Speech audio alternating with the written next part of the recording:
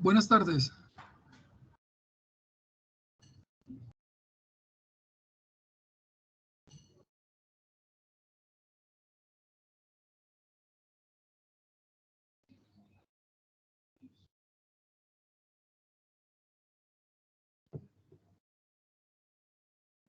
Buenas tardes.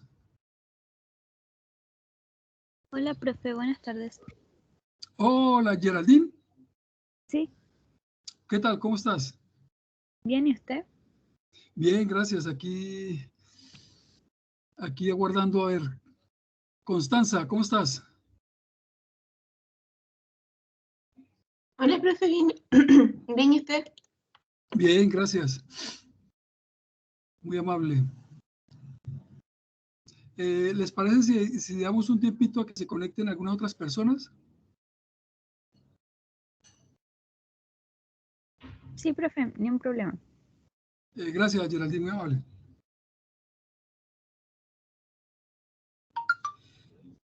Isidora, ¿cómo estás?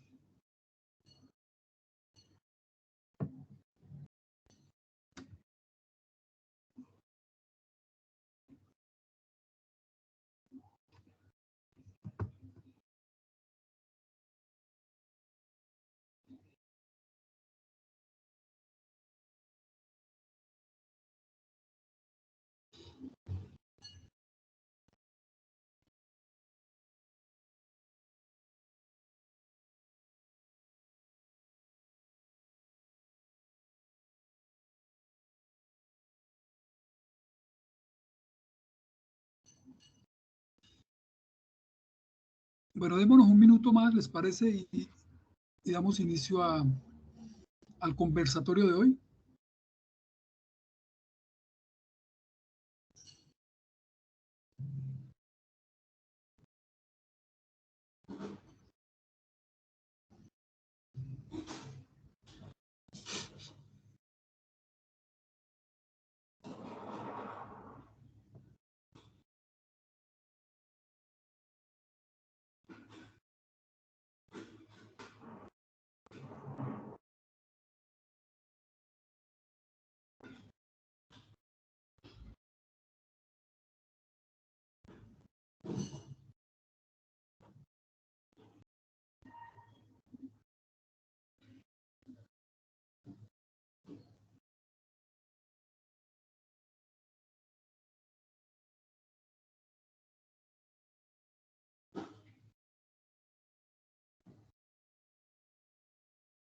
Teresa, bienvenida. Buenas tardes, profesor. ¿Qué tal? ¿Cómo estás? Bien, gracias. ¿Y usted? Bien, gracias. Y bueno, Bueno, vamos a dar inicio entonces vamos a llamarlo esto como una especie de conversatorio. Voy a compartir la pantalla. Eh,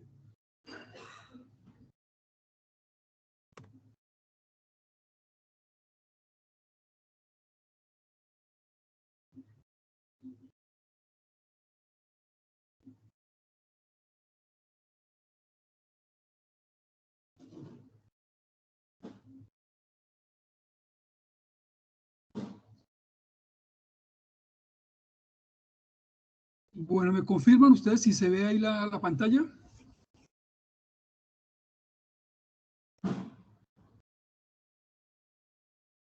sí se ve.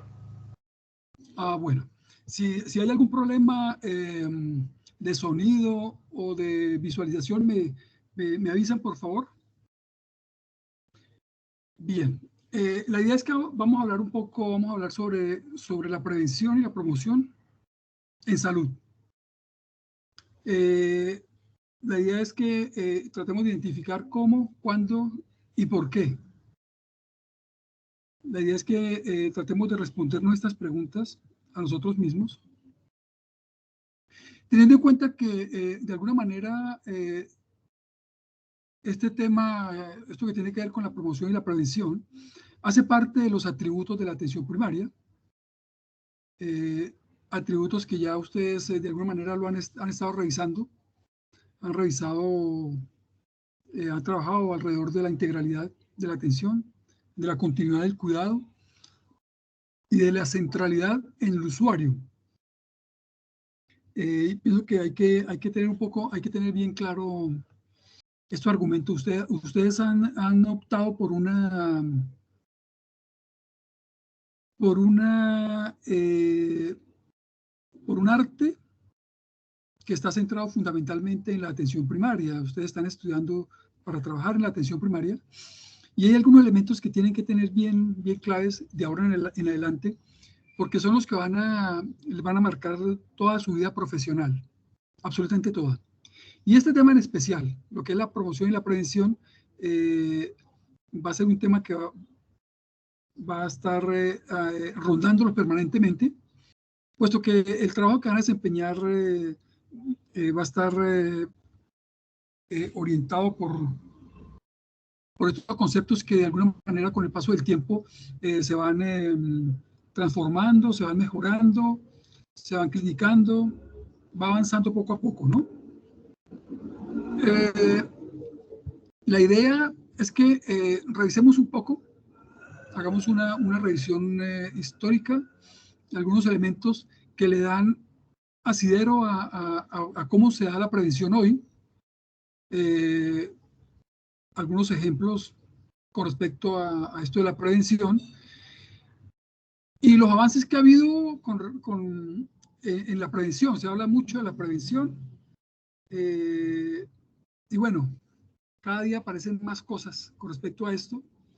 Sería bueno que la miráramos y a ver si la podemos, y tratáramos de entenderla un poco, insistiendo en que esto nos va a marcar el camino que vamos a seguir de aquí en adelante en el cuidado de los problemas de salud de las personas que van a estar a cargo nuestro o con las personas con las que vamos a compartir de aquí en adelante. Y muy especialmente porque, insisto, vamos a trabajar en la atención primaria de salud, que valga resaltar, es el centro de los sistemas de salud. El centro del sistema de salud es la atención primaria. No es una puerta de entrada, es el centro. Usted ya ha escuchado la frase, ¿no? En la atención primaria las personas llegan y permanecen. Y las enfermedades llegan y se van. En la atención secundaria las personas llegan y se van. Las enfermedades permanecen. Entonces, el objetivo que vamos a buscar, o los objetivos que vamos a buscar es que ojalá podamos compartir algunos conceptos sobre esto, que lo podamos discutir, podamos aportar desde lo que nosotros hemos escuchado, desde lo que nosotros hemos entendido. O sea que definamos en conjunto lo que es la prevención. Vamos a recoger algunos elementos históricos de cómo hemos llegado acá, qué es lo que ha pasado en la historia de la medicina, en la historia de la salud, y que nos ha llegado a este punto de cómo miramos la prevención hoy. Sería bueno que a través de esto pudiéramos decir pues, las cosas que nos llaman la atención, las cosas que nos preocupan, que nos inquietan, y la insistencia en que de aquí en adelante va a haber un compromiso, porque va a haber una tarea que es de por vida, que fue la que ustedes escogieron cuando decidieron tomar por este camino. Por lo tanto, yo los voy a invitar, para empezar, a que observen cuidadosamente estas imágenes que les voy a presentar y las observen completamente, detenidamente y piensen. ¿En qué les evoca estas imágenes? ¿Cierto? Esta primera imagen, piensen, mírenla detenidamente, qué significado tiene, qué les evoca, qué les recuerda, qué les trae de la cabeza. Obviamente pensando en el tema que vamos a tratar hoy.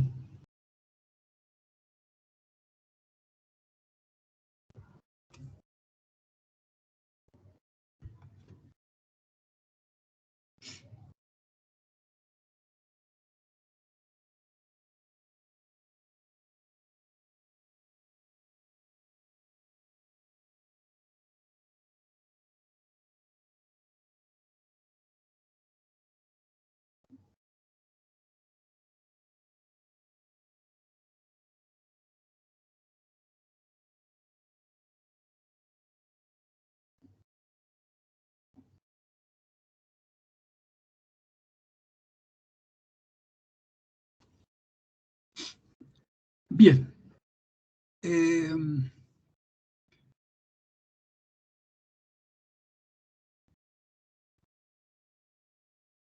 ¿Quién de ustedes o entre ustedes me podrían describir las imágenes o podrían describirnos las imágenes que están ahí?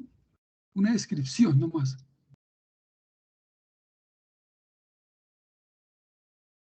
Ya sea una palabra, ya sea una frase. ¿Cómo describirían esas imágenes que están?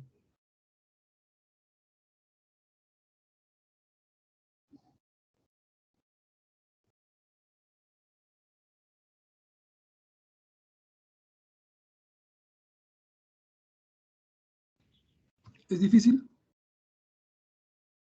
¿La descripción de cada imagen, profe, o de todas? O sea, Como quieras, lo que tú quieras. mm, bueno, por ejemplo, el hombre así como conformado de pastillas. Se ve eso, esa es la descripción, está conformado de pastillas y parece que son demasiadas, claro. Muchos medicamentos, dices tú. Sí, Bien, una saturación de eso. de medicamentos, muy bien. Saturado, bien. Arriba hay una imagen de, ¿esa qué es?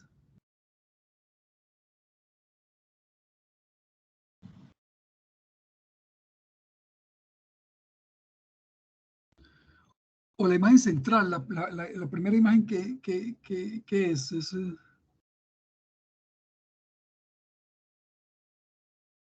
es como una imagen bastante antigua, ¿no?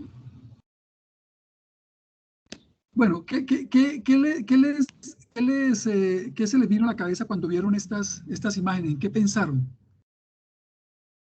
Además de la saturación que ya mencionaste ahora sobre el tema de los medicamentos, está saturado, o sea, medicamentos como para todo, ¿no? Para, Sí, ¿qué les o sí, sea, estaba como muy saturado o sea, en este caso yo creo que la representación sería de la persona. O sea, me imagino sí, a una persona en este caso que consume demasiado medicamento y eso puede afectar su salud. puede afectar muy bien eso. ¿Y qué les evoca las otras imágenes?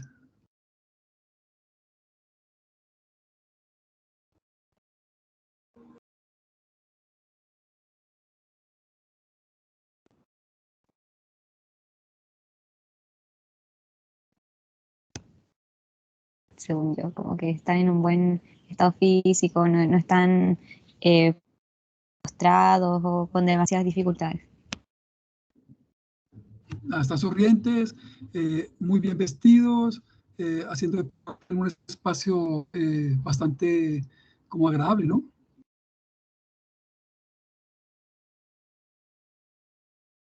Bueno, aquí hay un semáforo. Ese semáforo, qué podría evocarnos? ¿Qué podría significar un semáforo?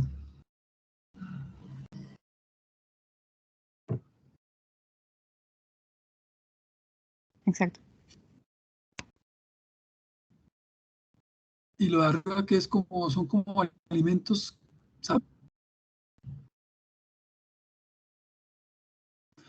Bueno, yo pienso que de alguna manera todo lo que vamos a hablar ahora de aquí en adelante nos va a hacer evocar un poco, recordar estas imágenes en los detalles, ¿no? En los detalles de los cuales algunos ya han sido mencionados. Entonces hablemos de prevención. Ustedes ya este tema lo han tratado en alguna oportunidad en lo que ya ha corrido de la carrera, ¿cierto? Ya han hablado sobre este tema, ¿o no?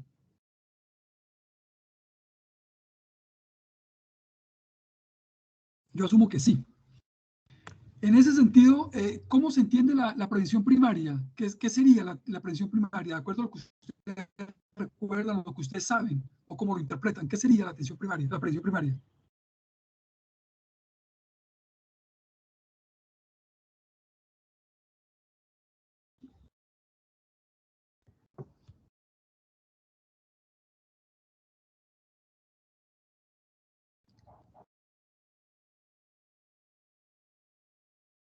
Bien, en ese mismo sentido, piensen ustedes en qué es la prevención secundaria. Hemos definido una prevención primaria, tenemos definido una prevención secundaria, le hemos puesto algunos límites, y asimismo hemos definido que es una prevención terciaria, ¿cierto? Tengo entendido que de alguna manera en alguna de las materias que han visto, tal vez empezando o en salud pública, mencionaron estos temas, ¿cierto? Y los definieron teóricamente. Y la pregunta que yo me tengo aquí, ¿es posible de la prevención primaria, la prevención secundaria, la prevención terciaria, o están bien delimitadas y bien definidas? ¿O ustedes lo tienen claro? ¿Tienen claro las definiciones y los límites que hay entre ellas? ¿O les parece confusa las definiciones que hay? ¿O difíciles de delimitar? ¿Qué piensan ustedes? ¿Qué dicen?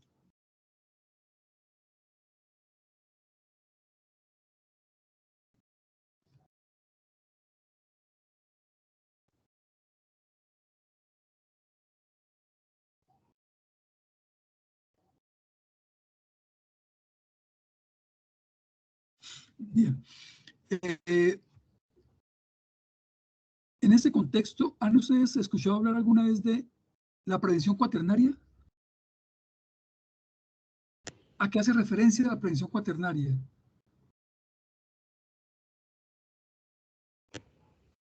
La he escuchado, profe, pero en este momento no me acuerdo a lo que iba. A lo que iba, muy bien. Si uno pudiera tomar estas imágenes y comparar estas 4 palabras acá y compararla con las imágenes que teníamos allá en las gráficas anteriores, ¿podría uno ubicar cada una de estas frases a una imagen? Primaria, secundaria, terciaria, cuaternaria.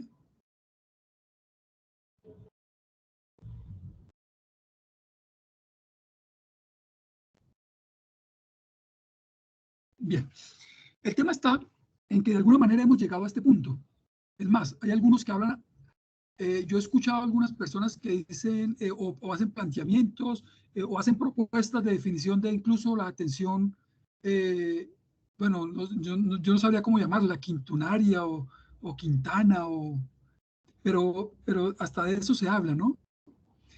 Sin embargo, estos cuatro tipos de prevención están de alguna manera bien descritos y ha tenido una lógica a través de la construcción histórica.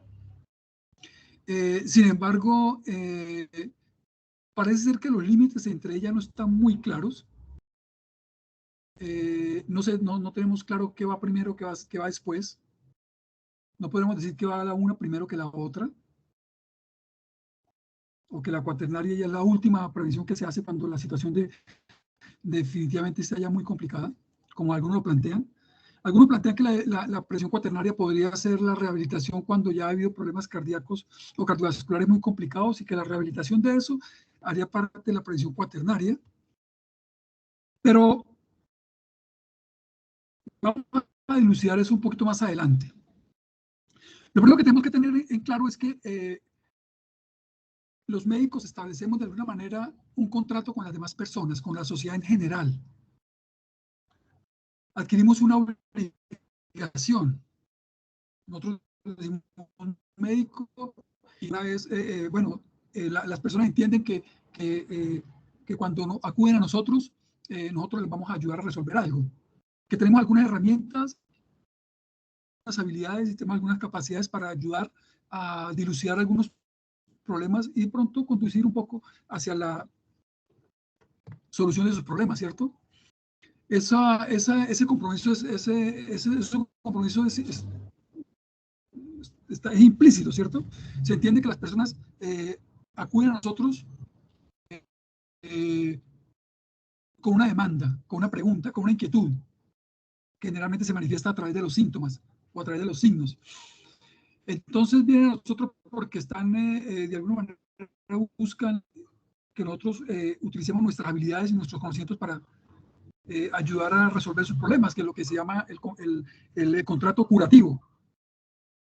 Y obviamente partimos de un principio bioético, que es el principio de la no maleficencia. O sea, primero, no hacer daño. Primus non nocere. Primero, no hacer daño. Es un principio que nos guía a nosotros cuando nos enfrentamos a las personas hace contrato implícito, tácito, porque saben que tenemos unos principios éticos que nos guían, ¿cierto? Entonces la persona viene y acude con una inquietud a nosotros y la respuesta que nosotros le damos está orientada por este principio y por lo tanto siempre buscamos hacer el menor daño posible. Sobre esto se han dicho muchas frases, pero la intención de nosotros, primero, es no hacer daño. Cuando hay daño, se busca el menor daño posible. Ustedes han oído hablar se habla mucho del tema de la relación beneficio-daño, daño-beneficio. Y por lo tanto, lo que nosotros buscamos en las personas es reducir la incertidumbre, porque las personas vienen con preguntas, con dudas. Y de alguna manera lo que nosotros buscamos es ayudarle a resolver esas dudas.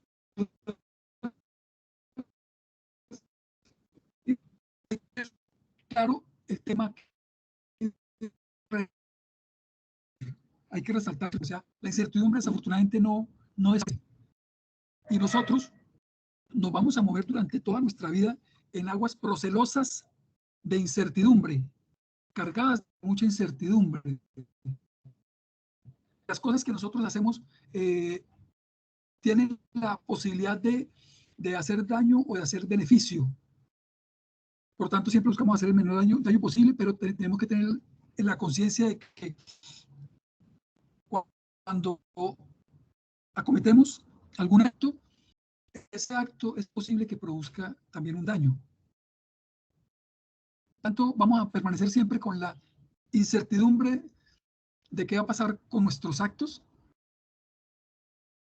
porque no tenemos la certeza absoluta de todo. Y eso lo vamos a ver, con el paso del tiempo ustedes se van a ir dando cuenta que muchas de las interpretaciones que nosotros hacemos a las demandas que traen las personas, bueno, tendrán algún grado de certeza, pero no la certeza total. Y por lo tanto, ese espacio que queda de incerteza es la incertidumbre. Y ahí nos vamos a estar moviendo nosotros permanentemente. Pero lo importante es que detrás de esto hay unos principios éticos. No hacer daño. O sea, no tenemos la intención de hacer daño, pero sabemos que puede haber una probabilidad de daño y eso genera cierta incertidumbre. Acá quisiera resaltar una de las leyes del caos, las leyes del caos, la ley del caos, que dice que el aleteo de una mariposa en el Amazonas produce una tormenta en Australia. El aleteo de una mariposa en el Amazonas desencadena una tormenta en Australia. Quiere decir que cualquier cosa que uno diga o que uno haga va a tener algún evento. Entonces fíjate que solamente el aleteo de una mariposa en espacios tan lejanos como el Amazonas puede provocar un espacio bien lejano como Australia, una tormenta. ¿Sí? Entonces nosotros, en aras de los principios éticos, tenemos que hacer conciencia de esto. Todo lo que nosotros digamos o dejemos de decir, hagamos o dejemos de hacer, va sí o sí a tener consecuencias. Pero las personas acuden obviamente con la certeza de que todo lo que hagamos todo lo que hagamos lo vamos a hacer orientado con estos principios y el principio de no hacer daño, primero. El siguiente contrato, el otro contrato que aparece es el contrato preventivo. El contrato preventivo, fíjate que las personas no acuden a los servicios de salud o acuden a nosotros buscando que le prevengamos algo. Por lo tanto, no hay una demanda, sino que hay una oferta. Nosotros le ofrecemos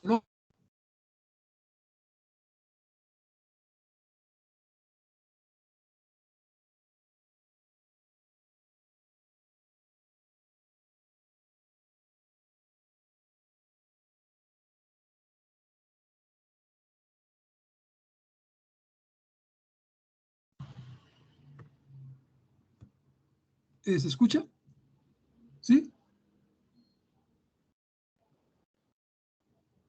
¿Aló? ¿Aló? ¿Profe, me escucha? Sí, sí. ¿Ustedes me están escuchando? Nos quedamos en la parte de oferta cuando estaba cambiando a la de no hay demanda. Ah, listo. Entonces, fíjate que para ofrecer al otro, el otro simplemente no está demandando. Por lo tanto, tú le debes ofrecer algo de acuerdo o a partir de conocer a la otra persona, de saber cuáles son sus expectativas de vida, de saber de dónde viene, hacia dónde va, cuál es el entorno en el que se mueve. O sea, ofreces sobre la base de ciertas certezas que ya tienes.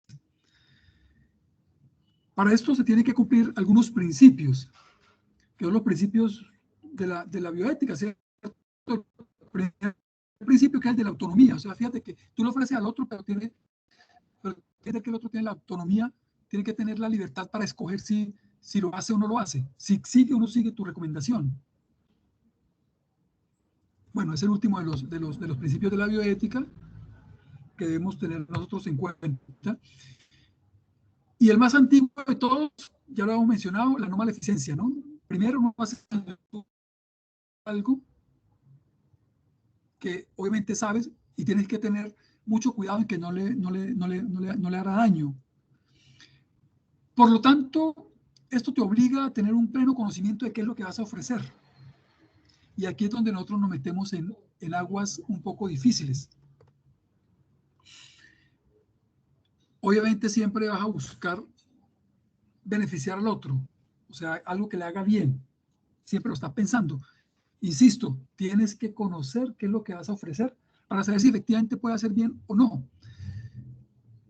Insisto nuevamente, cualquier cosa que nosotros hagamos puede tener consecuencias tanto benéficas o dañinas. Cualquier cosa que hagamos. Por lo tanto, un principio que hay es que cualquier contacto con los servicios de salud o con el personal o con el equipo de salud tiene. Y lo ideal es que nosotros conozcamos cuáles pueden ser los efectos secundarios de nuestros actos. Incluso todos aquellos actos preventivos, todos aquellos actos que intentan evitar el daño en las personas, tienen efectos secundarios. Más adelante vamos a ver algunos ejemplos al respecto de cosas que se han hecho tratando de hacer el bien y bueno, han tenido sus consecuencias. Y el otro principio de la bioética tiene que ver con la justicia. La justicia quiere ser las cosas tienen que tener tienen que ser equitativas y al que más necesite, pues bueno, hay que darle más. Sin embargo, es uno de los principios que ha sido más afectados y desde más o menos 1971, hace 50 años, un personaje que se llama Julian Tudor Hart enunció esto que se llama la ley de los cuidados inversos. 1971. Para más adelante, cuando ustedes vayan poco a poco adentrándose en estos temas, se van a ir dando cuenta que la década del 70 es una década supremamente importante y rica en producción crítica frente a la práctica de la medicina, que ha sido la que de alguna manera nos ha marcado lo que está pasando ahora.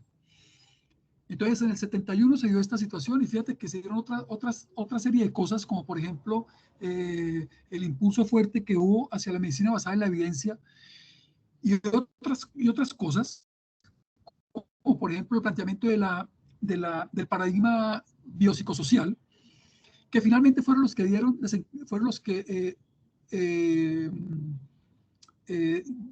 llegaron como culmen a Alma Ata en 1978. O sea, toda esta teoría, toda esta producción, toda esta crítica llevó a Alma Ata como la primera reunión de la mundial, el primer cumbre mundial de atención primaria en salud. Recogió toda esta información. Entonces, la ley de los cuidados inversos dice textualmente, que la disponibilidad de una buena atención médica tiende a variar inversamente con la necesidad de la población que ha de ser atendida, inversamente proporcional. Esta ley opera de forma más intensa allí donde la asistencia médica está más expuesta a las fuerzas del mercado y menos cuando se reduce esa exposición. Entonces, fíjense que aquí entra a jugar un papel importante el tema del mercado, de la economía. La distribución de la atención médica de acuerdo con el mercado es primitiva, históricamente obsoleta, o sea, está mandada a recoger. Cualquier retorno a este contexto no haría más que acentuar la distribución inadecuada de los recursos médicos. En conclusión, lo que está diciendo Julian Tudor Hart es: quien más necesita los servicios sanitarios es el que menos los utiliza. Entonces, fíjense ustedes que el último principio bioético del que estuvimos hablando, que es la justicia, se ve completamente desdibujado con esto que ha ido pasando en la forma de distribuir los recursos en salud, que a veces sin darnos cuenta terminamos prestándole más atención a personas que menos lo necesitan, y la gran mayoría de la población, que es la que más lo necesita, es la que tiene menos acceso a los recursos. Ahora, el tema tiene que ver no solamente con lo que nosotros hacemos en nuestro pequeño espacio del box, sino también en lo que se hace en cuanto a políticas públicas. Por ejemplo, ustedes veían la imagen de este par de personas, ellas muy bien tenidas, haciendo ejercicio en un espacio supremamente rico en construyen urbes en nuestro tiempo. Ustedes ven en Santiago, por ejemplo, que hay construcciones de vivienda de solución social, donde no hay ni siquiera espacio para la recreación. Entonces, las grandes masas de la población, que son las que necesitan estos recursos, no tienen acceso a él simplemente por políticas públicas. Entonces, quien más necesita los servicios sanitarios es el que menos los utiliza, y menos los utiliza porque no hay acceso. Que aquellos alimentos que a veces se recomiendan a los nutricionistas para la dieta saludable, son de difícil acceso a las personas de menos recursos, por ejemplo. Allí hay un tema de justicia, hay un problema de justicia. Pero ¿cómo nace todo este tema? Este tema tiene sus inicios en la era sanitaria, que es en el siglo antepasado, en donde fundamentalmente las políticas estaban orientadas a resolver los problemas de las condiciones sanitarias, fundamentalmente. ¿Sí? Todo el aparato estatal estaba destinado a resolver las poblaciones más necesitadas, que eran los obreros, que eran las personas dependientes, vivían en zonas con condiciones sanitarias precarias. Se le cortó lo último que dijo. ¿Cuál parte? Cuando estaba empezando a explicarlo, de hecho.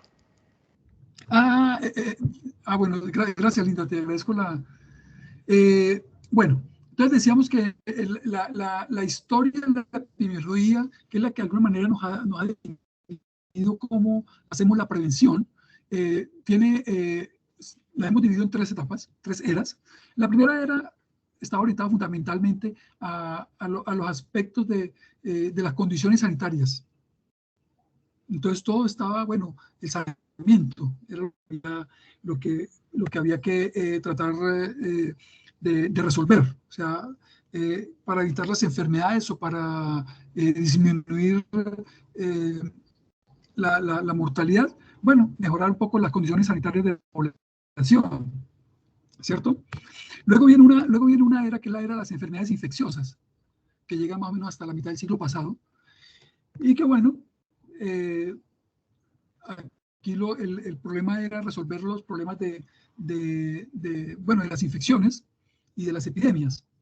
Entonces, todo está orientado fundamentalmente al desarrollo de antibióticos y de medicamentos para resolver los problemas infecciosos y bueno, y para resolver los contagios y este tipo de situaciones que se daban, ¿cierto? Aquí fundamentalmente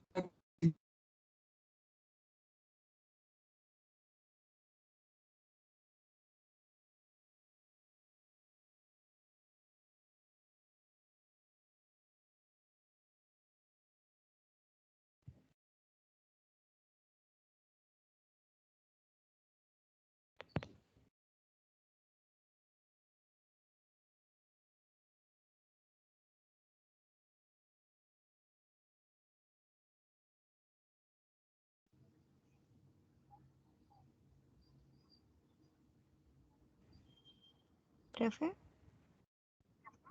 sí, Ah, ya es me que se le congelé. cortó. Ya vamos a ver. ¿La profe? Se le cortó en la que estaba explicando recién. No, no se escuchó nada de eso. Es como Sí, que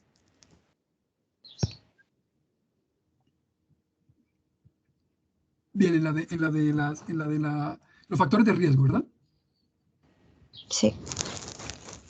Bien, gracias. Te lo agradezco. Bueno, entonces entramos en la era de los factores de riesgo, que es la era que ha hecho que todos tengamos de riesgo, absolutamente todo. Pero si nosotros nos detenemos a hacer un análisis tranquilo sobre este tema, nos encontramos con que efectivamente todo eso constituye un riesgo. Fumar, el caminar por las calles, a veces hasta, o atravesar una calle sin fijarse en un semáforo, cierto tipo de alimentos, todo se ha convertido en factores de riesgo. Pero sobre esto, bueno, y hemos endosado los factores de riesgo, y sobre esto hay que aclarar y tenemos que tener en cuenta que un factor de riesgo no es necesario ni es suficiente para que se den las enfermedades. Por lo tanto, ese endiosamiento que hay sobre los factores de riesgo hay que tratar de matizarlo, de verlo con mucho detenimiento.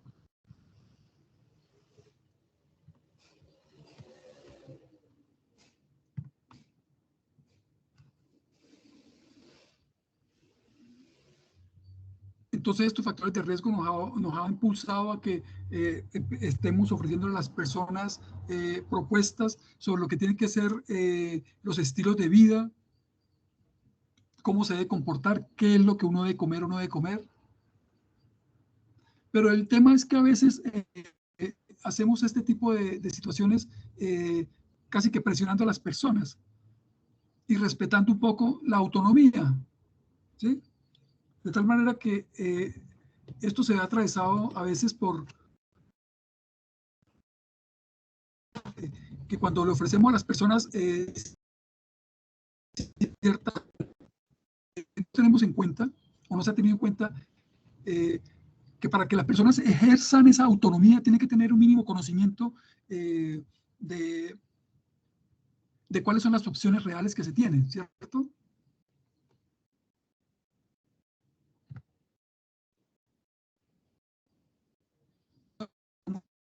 Situación o el aumento de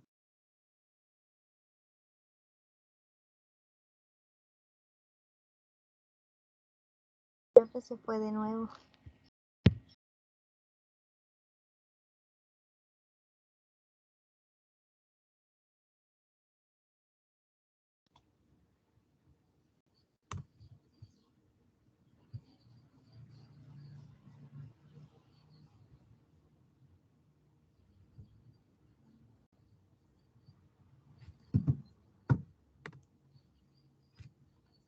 el consumo de algunas sustancias y bueno, simplemente cualquier situación que aumente la probabilidad de adquirir que aumente el riesgo de enfermar, ¿sí?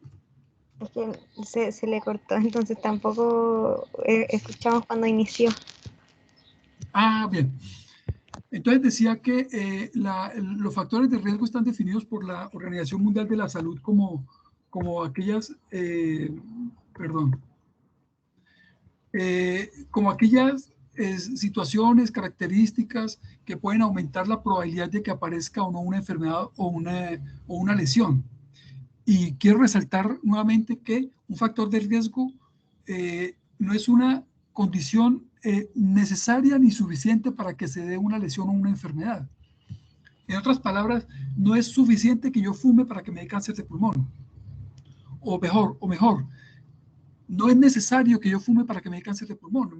Me puede dar un cáncer de pulmón sin necesidad de fumar. Entonces, aumenta la probabilidad de, pero no necesariamente tiene que darse. O sea, vuelvo, insisto, no es necesario ni es suficiente que esté un factor de riesgo para que sea una enfermedad. Por lo tanto, no podemos relacionar directamente un factor de riesgo con una enfermedad. Pasa, por ejemplo, con el tema de la hipertensión.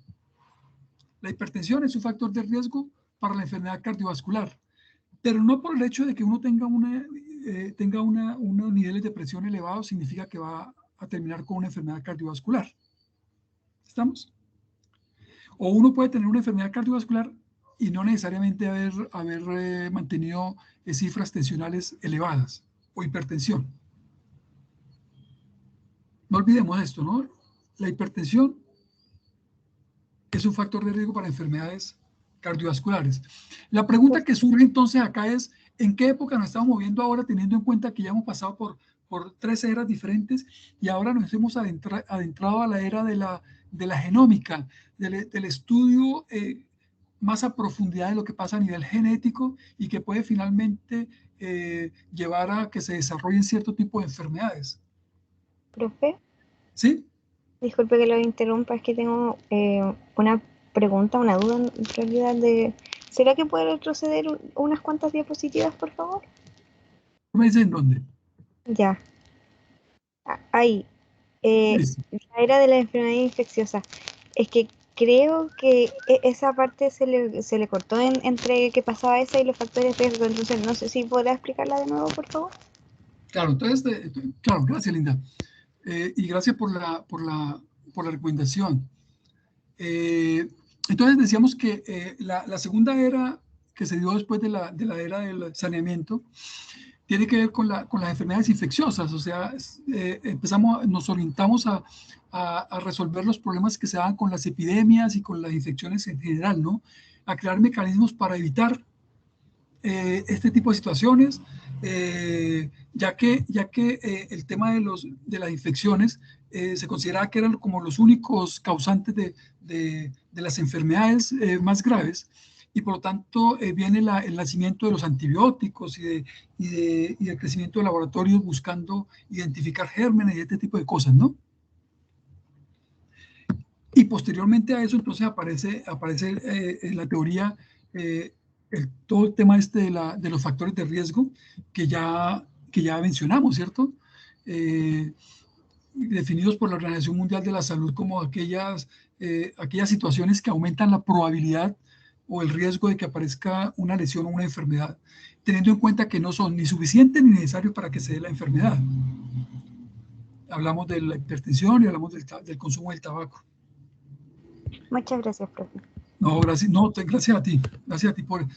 Y la pregunta que nos hacíamos entonces, ya hemos avanzado por 3 épocas y ahora aparece la genómica que aparece más o menos hacia finales de la década del 70, a principios de la década de los 80 del siglo pasado, con esto del genoma humano, y que empiezan a aparecer ahora muchos estudios al respecto, e incluso empiezan a aparecer terapias que son muy específicas para determinados daños a nivel genético, pero que sin embargo, si ustedes recuerdan de lo que hablamos la vez pasada de la epigenética, hay que tener en cuenta que por el hecho de que la carga genética pueda determinar algunas condiciones especiales para cada uno de los individuos, también tiene que estar en un ambiente determinado para que se desarrolle o no se desarrolle alguna cualidad o algún defecto, alguna enfermedad, ¿cierto? Entonces va a haber una mezcla entre esto de la genética y los factores de riesgo. Sí, yo creo que o la propuesta o el análisis que hace esta persona que hacen estos trabajos plantea que, bueno, que se nos viene una época donde vamos a tener en cuenta, donde se va a mezclar estas dos concepciones del origen de las enfermedades, ¿no? Esta época epidemiológica que nos viene.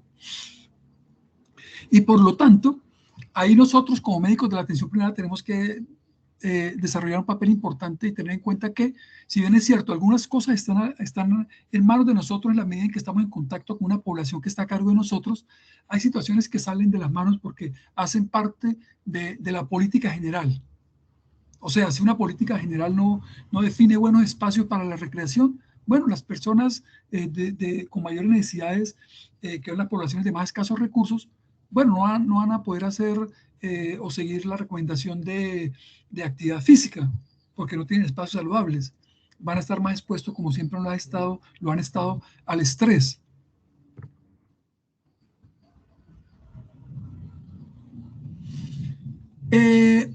Ya desde la década del 60 se hablaba de la prevención y decía que era, de alguna manera, lo que trataba era que evitar el desarrollo de un estado patológico, era prevenir. O sea, se previene la enfermedad, ¿cierto? Y por lo tanto, cualquier cosa que se hiciera, que se hiciera para evitar esto, se entendía como prevención, ¿sí? Pero también era, si se daba una situación de una enfermedad o de una situación difícil, bueno, evitar cómo este tipo de cosas avanzaban. Entonces, dio origen, ahí se da origen en lo que hemos llegado a conocer nosotros como la prevención primaria y la prevención secundaria, ¿cierto? Inicialmente se entendía esto como cualquier cosa que evitara la enfermedad era considerado la prevención primaria, y cualquier cosa que evitara la progresión o hiciera más lento el progreso de las enfermedades era entendido como la prevención secundaria. O sea, ahí como que se ponía el límite entre la prevención primaria y la prevención secundaria, ¿cierto? Pero 11 años después, la distinción entre estos dos tipos de prevención empieza a hacerse un poco más difícil, ¿cierto? Aparece el tema de la promoción como parte de la prevención primaria. O sea, antes de desarrollar las enfermedades, habría que hacer cosas para evitarlas. Hay que promover entonces la salud. Detectar las enfermedades cuando están en una fase asintomática era considerado la prevención secundaria. Y fíjate que ya cuando una enfermedad ya desencadena en otras situaciones que puede tener secuelas, evitar eso ya de una enfermedad avanzada, considerado como la prevención terciaria, que creo que de alguna manera es el concepto que hasta ahora tenemos todos, y es el concepto que ustedes revisaron cuando estudiaron en salud pública, si no me equivoco. Pero fíjate que ya otros 11 años después, ya en el 98, o sea, empezando ya casi este siglo, la Organización Mundial de la Salud habla de esto y dice que lamentablemente no hay como un límite preciso para hablar de prevención primaria, prevención secundaria y prevención terciaria, ¿sí? No hay cómo delimitarlas. No hay cómo... se definieron, bueno, en otras palabras,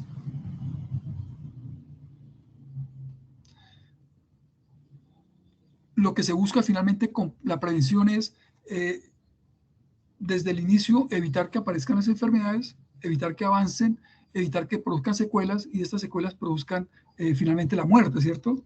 Pero que no hay un límite no es posible encontrar un límite entre una y otras, y finalmente lo que nosotros hacemos, todas las personas que trabajamos en salud, lo que hacemos finalmente es prevención, y no podemos diferenciar el acto médico de lo curativo con lo preventivo, que permanentemente nosotros estamos frente a las personas en un acto constante de prevención, muchas de las cosas que nosotros hacemos, casi todas las cosas que nosotros hacemos, va la prevención por delante. El tema acá es que hagamos conciencia de que eso es lo que nosotros estamos haciendo. Que nosotros seamos conscientes de que estamos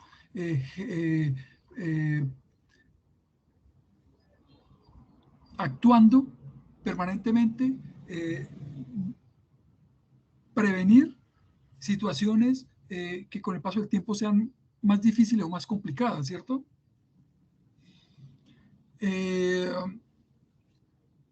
Con respecto al tema de los factores de riesgo,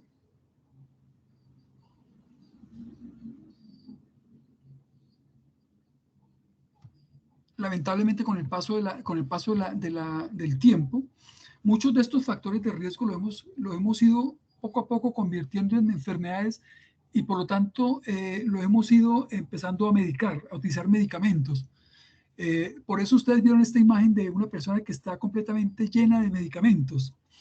Entonces nosotros nos encontramos con que la prevención primaria para la enfermedad cardiovascular es el uso, escuchen esto porque esto es real, esto se instruye, el uso de un antihipertensivo como el enalapril,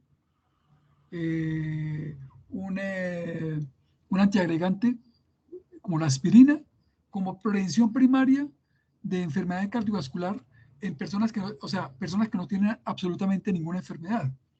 O sea, en personas sanas estamos utilizando medicamentos supuestamente para que no se enfermen, sometiendo a personas sanas al riesgo de los efectos adversos de medicamentos que incluso pueden llegar a ser hasta fatales, solamente por prevenir que no aparezca la enfermedad. Por eso aparece esta imagen tan provocadora de una persona que está cargada de medicamentos, está hecha completamente de pastillas, como decían ahora, y supuestamente, teóricamente, es para prevenir. Entonces, hemos convertido muchos factores de riesgo en enfermedad. Y recordemos, los factores de riesgo no son ni suficientes ni necesarios para desencadenar una enfermedad. Por lo tanto, aquí hay que tener cuidado nuevamente volvemos a los principios de la bioética, ¿cierto? Evitar hacer el daño, evitar exponer a las personas a un daño innecesario. Por tanto, hay que estar haciendo permanentemente conciencia de qué es lo que nosotros estamos haciendo con cada uno de los actos. Insistir nuevamente, el aleteo de una mariposa en el Amazonas provoca una tormenta en Australia, ¿no?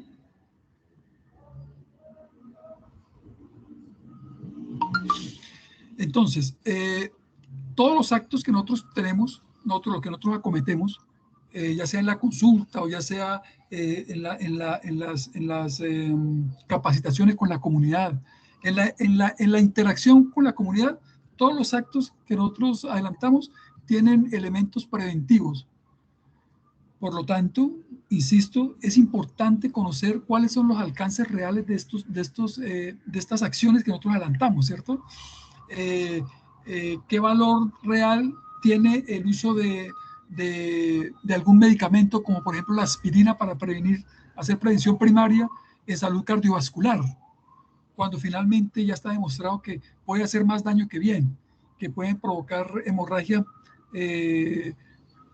incluso fatales en cierto grupo de personas? Entonces, tenemos que tener un conocimiento amplio sobre este tema y mantenerlo ahí cada vez que nosotros compartimos con otras personas y hacemos algún tipo de recomendación, o simplemente le ofrecemos, como se decía en el contrato preventivo, cuando le ofrecemos algún evento, cuando le ofrecemos alguna intervención o le ofrecemos algún tipo de recomendación, tenemos que tener conocimiento de, bueno, qué tan bueno o qué tan malo puede ser. Tenemos que tener un conocimiento de quién es el otro, de cuál es el medio en el que se mueve. Yo le puedo ofrecer a una persona que vive en ciertas condiciones sociales bien difíciles que tenga cierto tipo de alimentación, porque bueno, casi que es hacerle un poco más de daño, ¿cierto? Casi que es como decirle, bueno, usted no tiene salvación. O ofrecerle que haga deporte cuando finalmente trabaja de sol a sol y no le queda tiempo para absolutamente para nada. Entonces requiere de conocimiento de las personas a las que le hacemos el ofrecimiento, pero también tenemos que tener un conocimiento bien decantado de qué es lo que ofrecemos. Y más adelante vamos a ver unos ejemplos de eso. Entonces fíjate lo que se plantea acá, ¿cierto? Que una actividad preventiva puede estar justificada en un entorno determinado, en una situación específica a un individuo, pero eso no significa que para otro sea lo mismo. Por lo tanto, hay que conocer esas diferencias y hay que conocer las recomendaciones para saber qué recomendaciones vamos a hacer. A medida que los entornos clínicos se basan cada vez más en la población, esto quiere decir que los estudios poblacionales son los que nos hablan a nosotros de las recomendaciones que nosotros tenemos que hacerle a las personas, pero tenemos que tener en cuenta que son recomendaciones poblacionales, que vienen a partir de estudios de población, y cuando nosotros le hacemos una recomendación se la hacemos a un individuo. Por lo tanto, no es lo mismo trasladar directamente una recomendación poblacional a un individuo, que tenemos que tener en cuenta cuáles son las condiciones de cada individuo para saber exactamente qué es lo que le vamos a ofrecer como mecanismos preventivos. Los ejemplos son los siguientes. Las vacunas. Está claro que las vacunas como medidas preventivas para muchas enfermedades han sido supremamente efectivas. De pronto han sido las medidas más efectivas preventivamente a nivel mundial. Sin embargo, hay algunas vacunas o algunas otras propuestas terapéuticas que también se conocen como vacunas, que lamentablemente no producen beneficio o producen daño con la promesa de que llegan a producir beneficio en un futuro, pero que es incierto. Por ejemplo, la vacuna contra el papilomavirus, supuestamente para prevenir el cáncer de cuello uterino. Fíjate que es una vacuna que supuestamente se aplica a las niñas a los 9 años y a los 14 años para prevenir un cáncer que posiblemente le pueda dar a los 45 años. Sometiendo a una población determinada a un riesgo de unos efectos adversos que son supremamente grandes comparado con otras vacunas, con una promesa que no sabemos, con una promesa de evitar algo que posiblemente no se dé en 30 años más. Entonces, y las vacunas para el papilomavirus, para el virus del papiloma que puede desencadenar cáncer, algunos virus nomás, algunos serotipos específicos pueden desencadenar cáncer. Pero fíjate que esos serotipos no se encuentran en todas partes. Entonces yo tendría que conocer cuáles serotipos se dan en mi región y saber cuál es el comportamiento de cierta población para ofrecer o no ofrecer las vacunas. O sea, no podríamos ofrecer una vacuna para el papilomavirus a toda la población porque sí. A todas las niñas de 9 años o todas las niñas de 14 años, cuando puede haber otro tipo de actividades preventivas que puedan mejorar esto, ¿cierto? Como un control permanente a través del Papá Nicolau, ¿cierto? La hipertensión arterial, ya habíamos mencionado algo sobre el tema de la hipertensión arterial, que la hipertensión arterial ha pasado de ser un factor de riesgo para la enfermedad cardiovascular a ser la tratamos como una enfermedad, ¿cierto? Y muchas veces personas que tienen alteraciones mínimas en las cifras tensionales, ya empezamos a medicarlas, exponiéndolas a efectos adversos de algunos medicamentos que sí o sí lo van a tener y que pueden ser bastante lesivos, pueden afectar la vida de una persona, cuando finalmente hay otras medidas que pueden ser igual de beneficiosas y fáciles de llevar adelante, ¿cierto? Como por ejemplo, disminuir el consumo de sodio en la dieta. O disminuir la carga de estrés. Que una de las causantes. El tabaco fumado. Bueno, sobre esto hay mucha historia, porque ustedes recordarán que la historia de la Philip Morris, que a través de un estudio que se hizo en la década de los 50, demostró que el tabaco no producía cáncer. Todos sabemos que, o sea, se sabe que fue un fraude que hubo, simplemente se alteraron algunos datos de la investigación y con eso se demostró que no. Con el paso del tiempo se demostró que sí, efectivamente el tabaco que se fuma puede conducir a generar problemas pulmonares, y uno de esos es el cáncer de pulmón. Por lo tanto, hay que tener en cuenta que hay acciones que se pueden adelantar con respecto a esto, ¿no? Al tabaco fumado, con respecto al tema de las siglas tensionales, con el tema de las vacunas, y bueno, muchos temas. Y aquí hay un tema que hay que prestar mucha atención, porque es un tema que es muy mediático, es un tema que está muy secundado por el marketing, y es el tema del screening en los hombres para la próstata, el famoso antígeno prostático específico. De pronto a ustedes les van a llegar, ustedes saben que las personas de cierta edad, después de los 40, 45 años, llegan pidiendo que se les haga el examen de la próstata para ver que no tengan cáncer. Pero está demostrado que el examen del PSA, el PSA para descartar cáncer, bueno, de próstata no es tan efectivo como algunos creen, que es un examen que tiene muchos falsos positivos, que hay muchas situaciones de la vida cotidiana que pueden aumentar el antígeno prostático específico, y bueno, eso puede desencadenar una serie de situaciones que pueden ser más lesivas para el ser humano. Aquí en este estudio se comparan dos grupos de 1000 personas. A un grupo de esas personas se les aplica el screening del antígeno prostático específico. O sea, a todos se les hace el antígeno prostático específico para saber si se puede sospechar cáncer. Y a otro grupo simplemente no se le hace nada. ¿Qué pasa? Al grupo que no se le hace estudio, al final,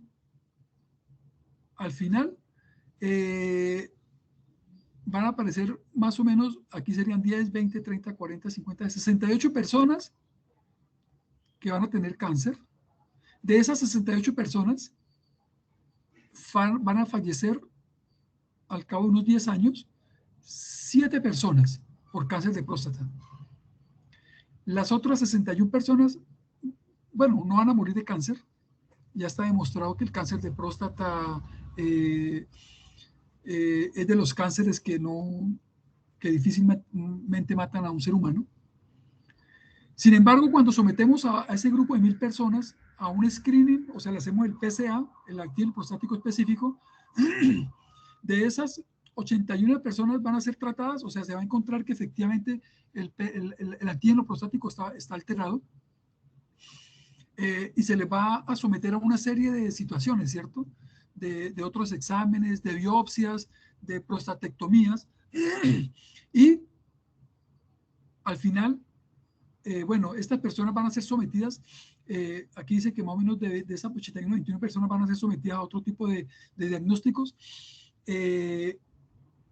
y van a ser expuestas entonces a los riesgos que implica las biopsias, a los riesgos que implican otros exámenes, al riesgo que implican las cirugías de próstata, y que al final de todo esto, de estas 1000 personas, van a morir, al cabo de unos 10 años, van a morir 7 personas. Pero en este grupo se sometieron al estrés y a efectos secundarios de todos los procedimientos que se realizó a un grupo de personas que aquí dice que son 20, ¿cierto? Entonces, en términos de prevención, este tipo de situaciones son cuestionables. Por lo tanto, uno dice, bueno, es que el screening es del cáncer de próstata, el screening es preventivo. No. Y esto es lo que nosotros debemos conocer. Porque nosotros decimos, bueno, a las personas después de 45 años hay que hacerle el PSA. No. Es someterlos a un riesgo. Al riesgo de que sean expuestos a una serie de procedimientos, sean expuestos a más estrés, la familia sea expuesta a estrés, para finalmente el efecto final no va a cambiar la realidad. 7 personas igualmente van a morir por esto. Ahora, diferente cuando hay factores de riesgo. Diferente cuando una persona, por ejemplo, en la familia se ha presentado cáncer de próstata, ha fallecido personas por cáncer de próstata. Bueno, cuando hay ciertas situaciones que individualizan acá a las personas, uno dice, bueno, a esta persona sí le hacemos estudio, pero no a las 1000, sino a cada individuo. Estos son estudios poblacionales. Lo que significa que la labor de nosotros en términos de prevención es individualizar a cada uno para definir qué tipo de prevención o qué propuesta preventiva se le puede realizar. Y eso requiere que nosotros tengamos un conocimiento pleno de la población con la que trabajamos. Y esa es la tarea que ustedes van a desarrollar cuando vayan a trabajar a la atención primaria en salud.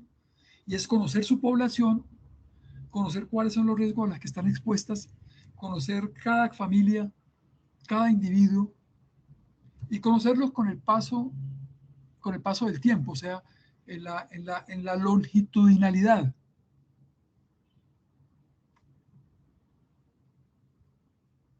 Y así poder saber qué se le puede ofrecer o qué no le puede ofrecer en términos preventivos. Una situación similar pasa con la detección precoz del cáncer de mama, ¿no? También los estudios desde la década del 60 que apareció la mamografía y que se viene promoviendo desde esa época, estamos hablando de 60 años ya, que se viene promoviendo la mamografía como screening preventivo para el cáncer de mama. Desde esa misma época vienen los cuestionamientos fuertes a este screening y a este método de estudio, la mamografía. Y ahora último, los estudios han demostrado que con todo el tiempo que se lleva no ha mejorado absolutamente nada la situación de cáncer de mama en las mujeres. Igualmente, aquí fíjate que hay 2 poblaciones, una de 1000 personas, de 1000 mujeres que no se les hace screening, frente a 1000 personas a las que se les hace el screening, ¿cierto? 1000 personas sin screening y 1000 mujeres con screening.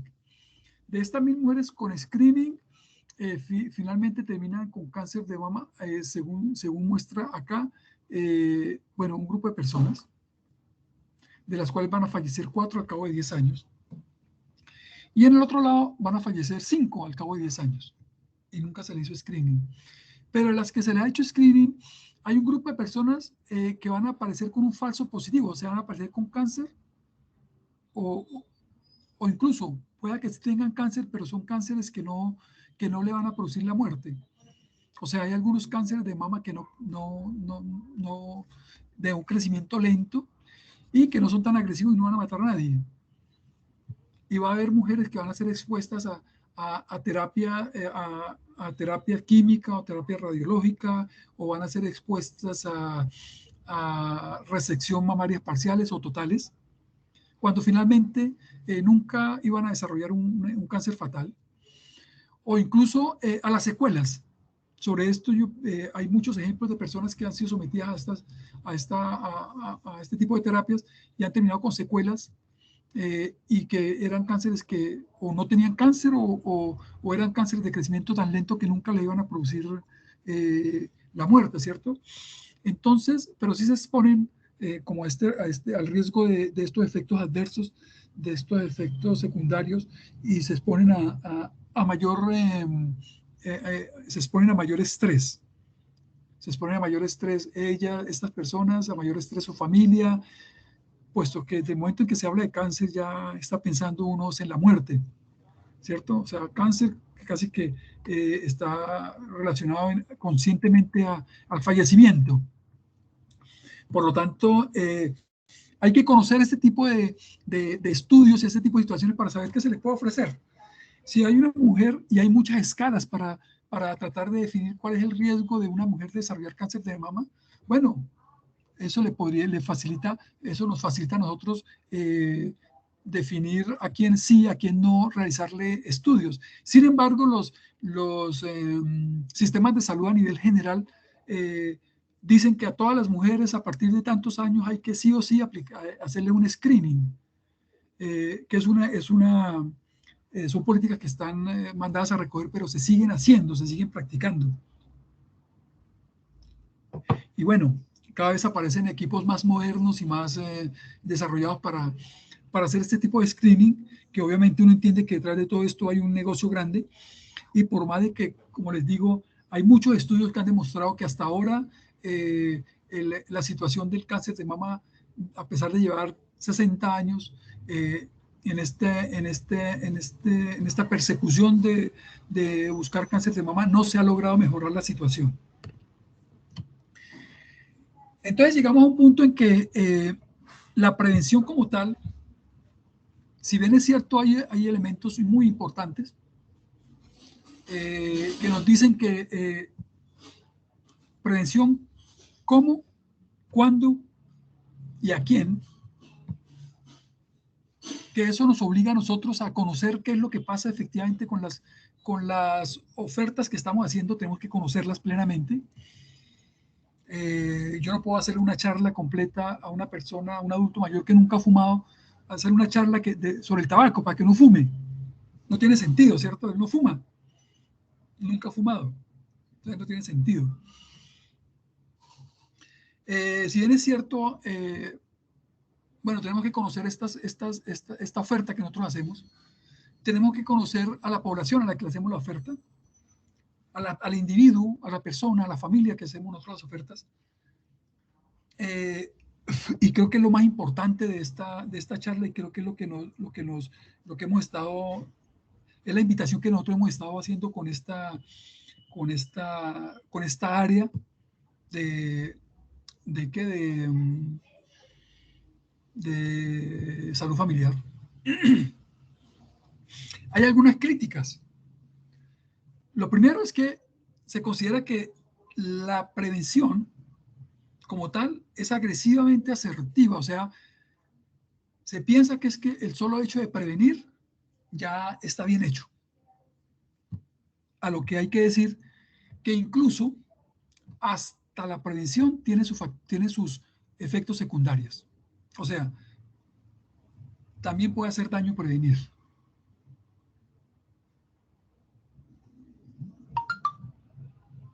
Segunda crítica. Es presuntuosa, o sea, confiada de que todo lo que se hace está bien.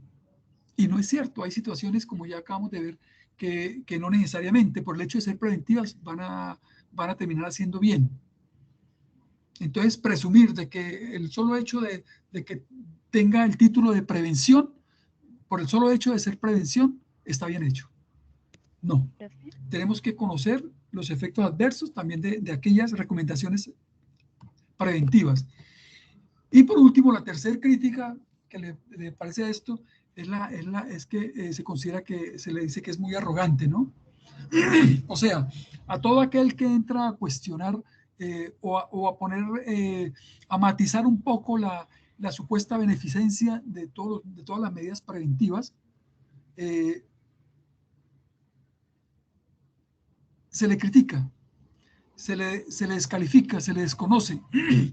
La discusión que hay, por ejemplo, frente a la vacuna del papiloma, eso hace que lamentablemente, si yo planteo que no es precisamente que no es cierto todo lo que están planteando frente a la vacuna, entonces automáticamente me califican a mí como antivacunas, que ya es una calificación bastante complicada, puesto que genera un ambiente un poco difícil. Pero cuando uno revisa y ve los estudios que se han hecho frente a este tipo de vacunas, se da cuenta que difícilmente se sostiene por todos los efectos adversos que es desencadenado, por todas las situaciones, tanto que hay países en los que ya está prohibido vacunar a las personas contra el papiloma, como por ejemplo en Japón. Hay mucho estudio, hay algunas muertes ocasionadas por la vacuna, sin tener la certeza de que en 30 años va a prevenir algo. O sea, se está vendiendo una historia que no, pero eso puede significar también situaciones complicadas como considerar que las personas que miramos esto con cierta precaución podamos ser llamadas antivacunas.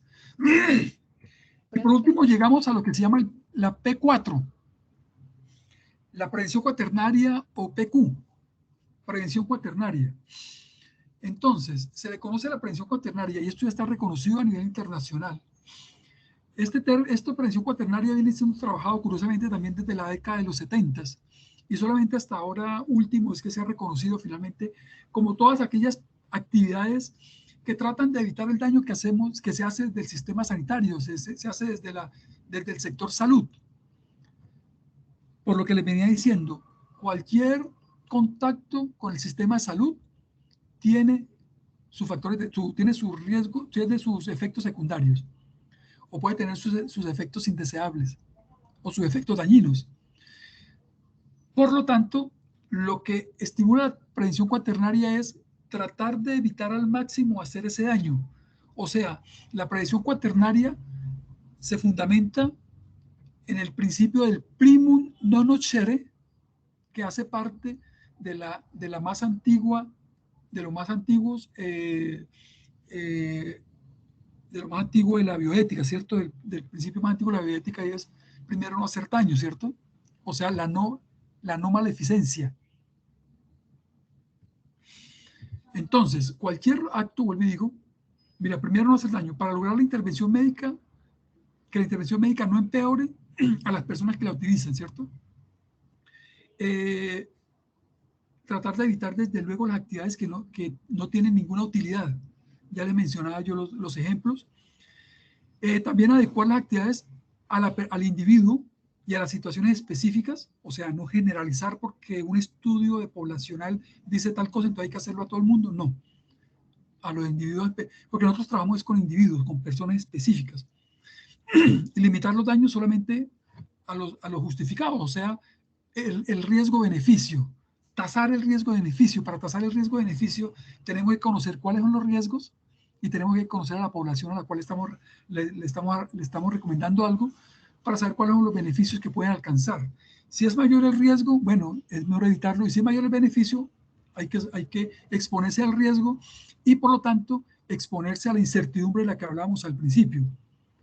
Pero fíjense ustedes que incluso las actividades preventivas, ante las actividades preventivas hay que anteponer el P4, la prevención cuaternaria, ¿no?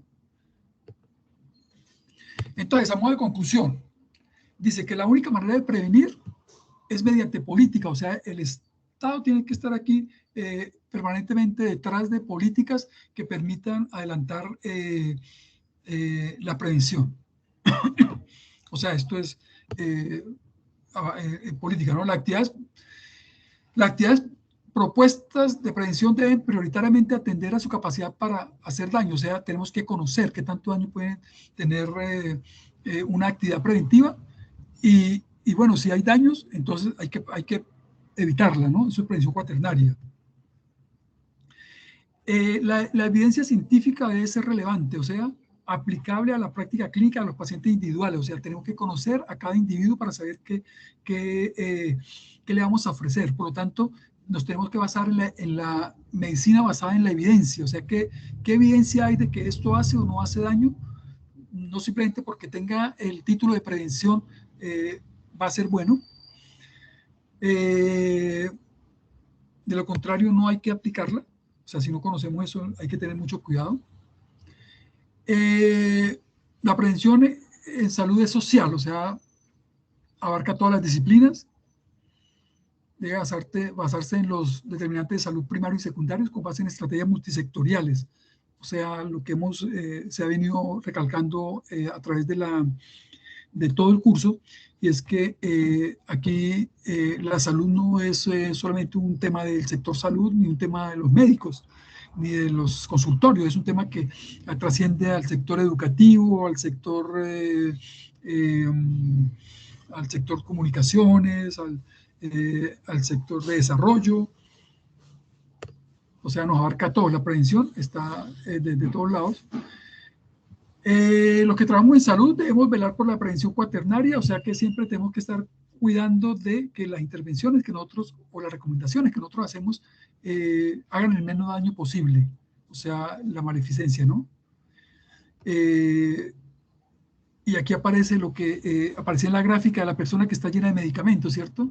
La medicalización excesiva o el sobrediagnóstico, que es empezar a ponerle diagnóstico a las personas por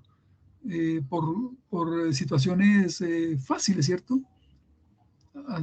Simplemente poner títulos a cada síntoma y a cada cosa y por lo tanto someterlo a muchos exámenes para tratar de conocer una situación cuando finalmente lo que requerimos es un poco más de conocimiento de las personas, ¿no?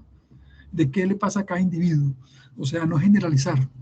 Que un síntoma en una persona tiene el mismo significado que el mismo síntoma en otra persona. No. Hay que conocer al individuo para tratar de entender los síntomas de cada individuo. ¿Qué nos dice sobre él? ¿O qué nos dice cada individuo sobre sus síntomas?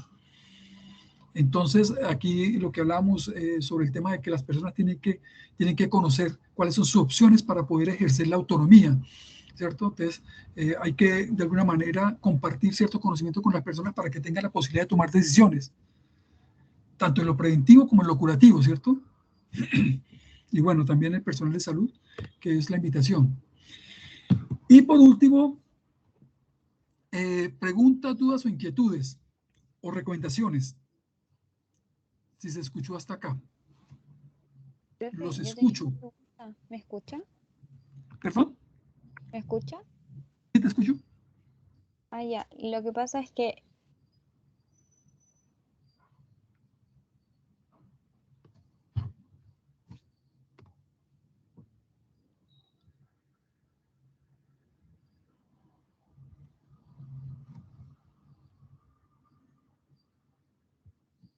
actividades preventivas.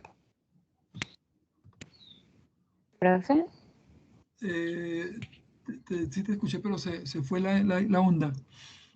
Te escucho Ah, nuevamente. ya. Le repito, que si Sí. la parte de prevención, cuando mencionó que también podía hacer daños, se refería a lo que ya había mencionado, como estos, bueno, como exámenes de cáncer de próstata, de cáncer de mama, como esos. Sí. Sí, en general, lo que tratamos de resaltar aquí es que, primero, no a todos se le puede hacer las mismas recomendaciones, ¿cierto? O sea, uno debe conocer a la población. ¿Qué recomiendo a qué población? Primero. Segundo, tener en cuenta que cualquier contacto con los servicios de salud o cualquier contacto con los equipos de salud tiene sus riesgos. Incluso la prevención tiene sus riesgos. Y que esos riesgos nosotros estamos en la obligación de conocerlos. Así como estos estudios nos han mostrado qué pasa con el screening para el cáncer de próstata o el screening para el cáncer de mama, estos estudios nos hablan sobre esos riesgos. Esos estudios nosotros tenemos que conocerlos. Y ahora la medicina basada en la evidencia, claro, está la obligación de conocer, de hacer estudios absolutamente de todos, y nosotros tenemos que basarnos en eso para saber qué recomendamos y qué no recomendamos. Desde hace mucho tiempo, por ejemplo, se viene recomendando la aspirina para evitar la enfermedad cardiovascular. Y se recomienda la aspirina como prevención primaria, pero resulta que ya está demostrado que no previene absolutamente nada y que puede producir más daño que beneficio. Pero sin embargo, cuando uno trabaja en la atención primaria, uno se da cuenta que todavía se sigue recomendando la aspirina como prevención primaria, y no solamente por los médicos de atención primaria, sino por los especialistas. Cardiólogos recomendando aspirina a personas que no tienen absolutamente nada. ¿Ves? Cuando ya está demostrado que es mayor el riesgo de que pase algo al beneficio que pueda causar. O sea, la aspirina no te evita un infarto, no te evita un accidente vascular, y puede causar un sangrado mayor, tanto cerebral como gástrico, gastrointestinal, sobre todo en las personas mayores. Ahora, que tenga algún efecto en la prevención secundaria, o sea, en personas que han tenido infartos y que han tenido accidentes vasculares, bueno, puede tener algún grado de prevención ahí, sí, pero, pero no como atención, no como prevención primaria, ¿sí? Sí, Eso hay que, profe, muchas. eso hay que vuelvo y digo, insisto en que eso hay que saber qué se ofrece. Y créeme que todavía, después de tantos años de conocer sobre esto, y curiosamente sobre la aspirina, o sea, uno no puede, yo no entiendo, pero yo no entiendo cómo de verdad cardiólogos lo proponen, y proponen incluso hasta el uso de aspirina, perdón, de enalapril, y personas que no tienen hipertensión arterial, no tienen absolutamente nada, pero dicen que como prevención primaria y para evitar la enfermedad cardiovascular o para evitar problemas renales. O sea que, de verdad que no se entiende. Entonces, pero para esto hay que revisar, hay que basarse en la evidencia, llenarse de argumentos para saber qué se ofrece y tener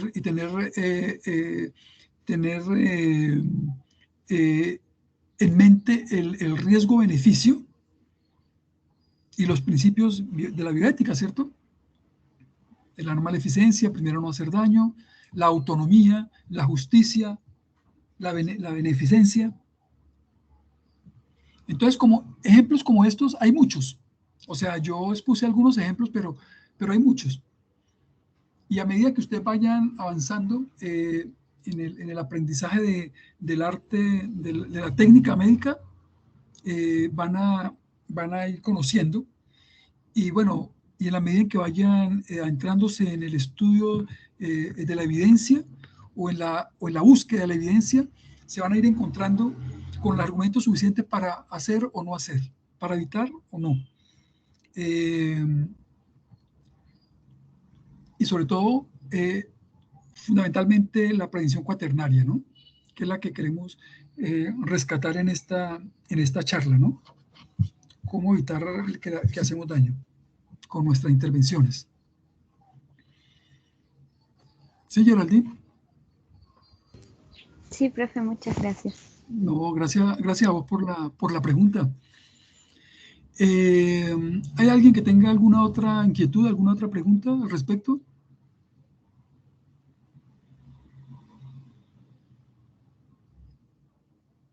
Juan Sebastián, ¿cómo te pareció la charla? ¿Sí te llegó o no te llegó?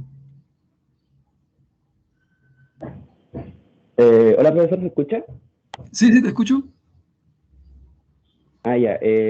No, fue bastante interesante porque yo igual había escuchado sobre todo de la aspirina que la recomendaban incluso hasta en la tele salen comerciales de tómate una aspirina al día y puedes prevenir los ataques al corazón. Eh, y en general también se ve mucho lo de la masificación de los exámenes de mama, de los exámenes para el cáncer de próstata y que no es tan generalizado todo, sobre todo en esta unidad que estamos aprendiendo de que tiene que ser todo centrado en el individuo. Entonces es interesante cómo hay que primero conocer a la población para decidir si una prevención puede ser más beneficiosa o más perjudicial. Así que eso es interesante, sobre todo, igual ahora en Chile, ¿qué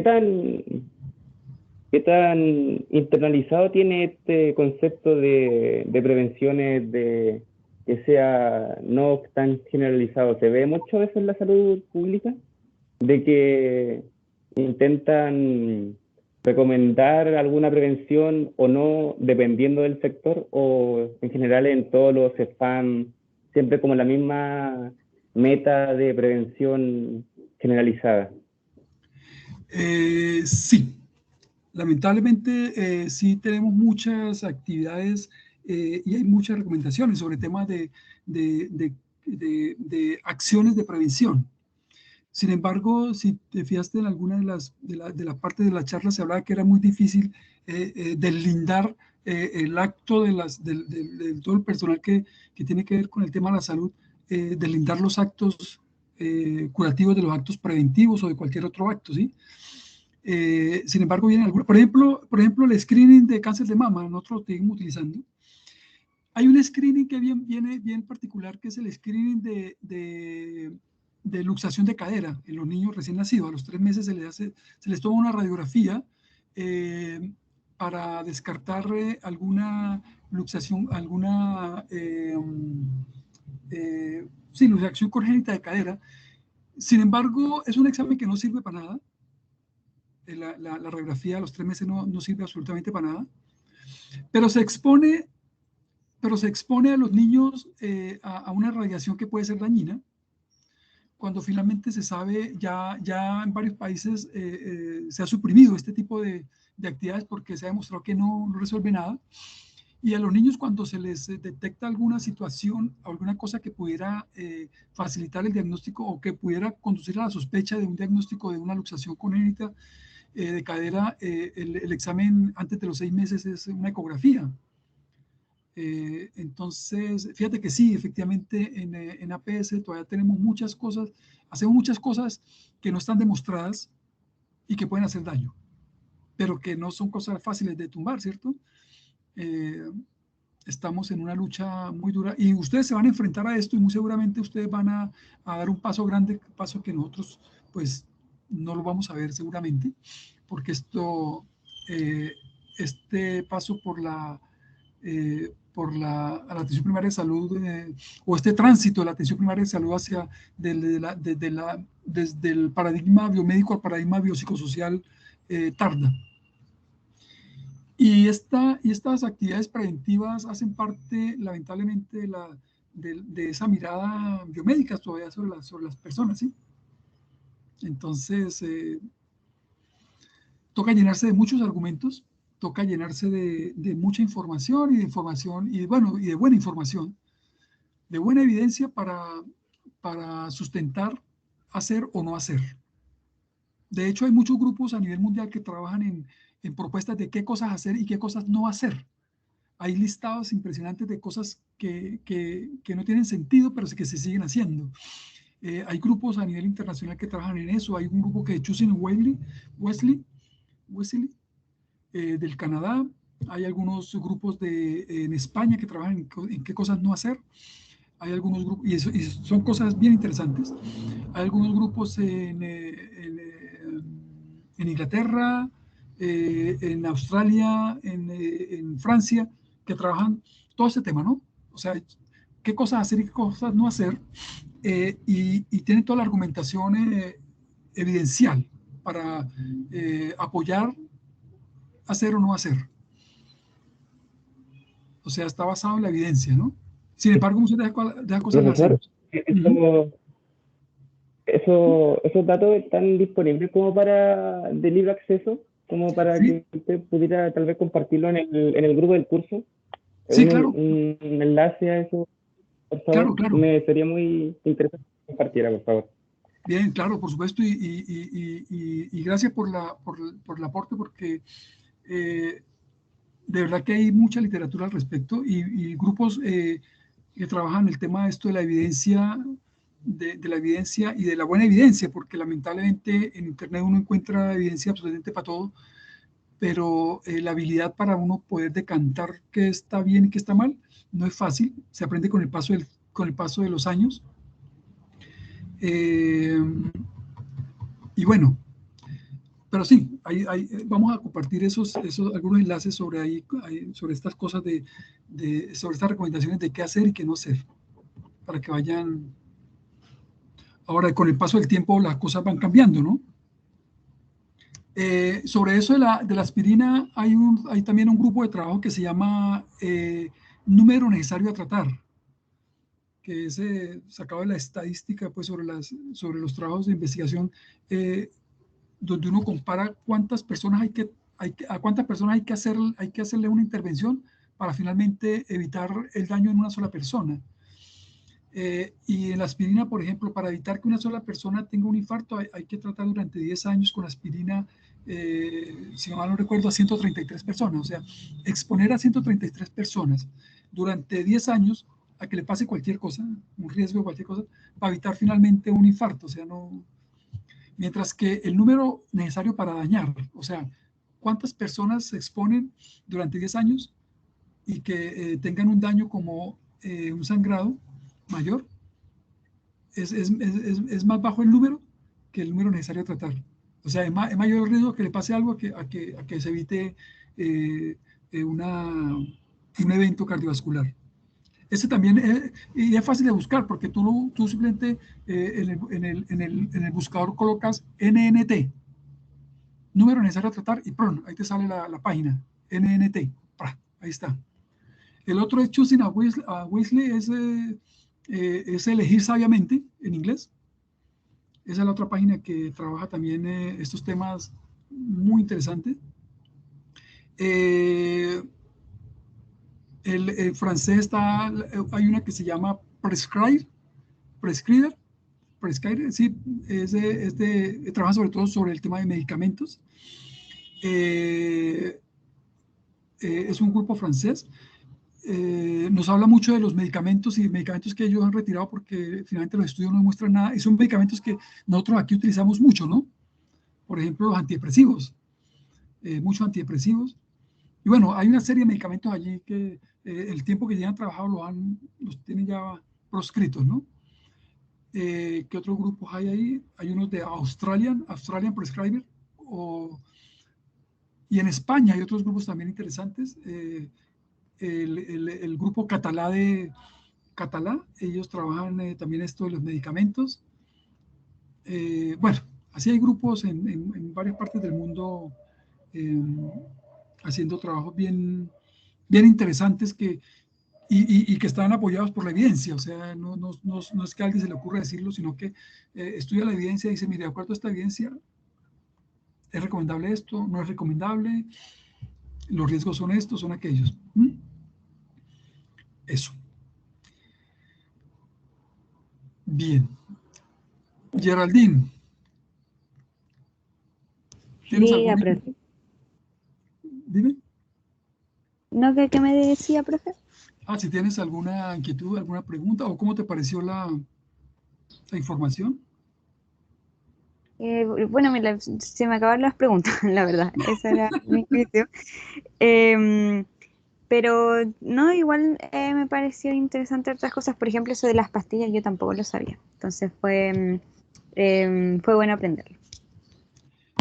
Sí, espero que haya sido un abrebocas para estar siempre muy atentos a la información que se nos entrega.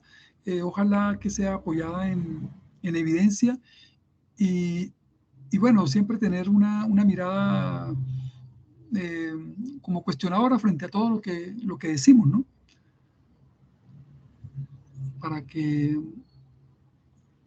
Para buscar la evidencia que valide lo que hacemos nosotros o lo que dejamos de hacer.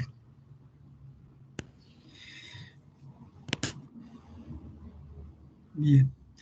Creo que era todo. ¿Les parece? Sí, profe. Bien. Fue un placer. Gracias por el apoyo a la parte técnica que a ratos me Así no unen. se preocupe. Gracias, muy amables. Fernando, ¿está por ahí?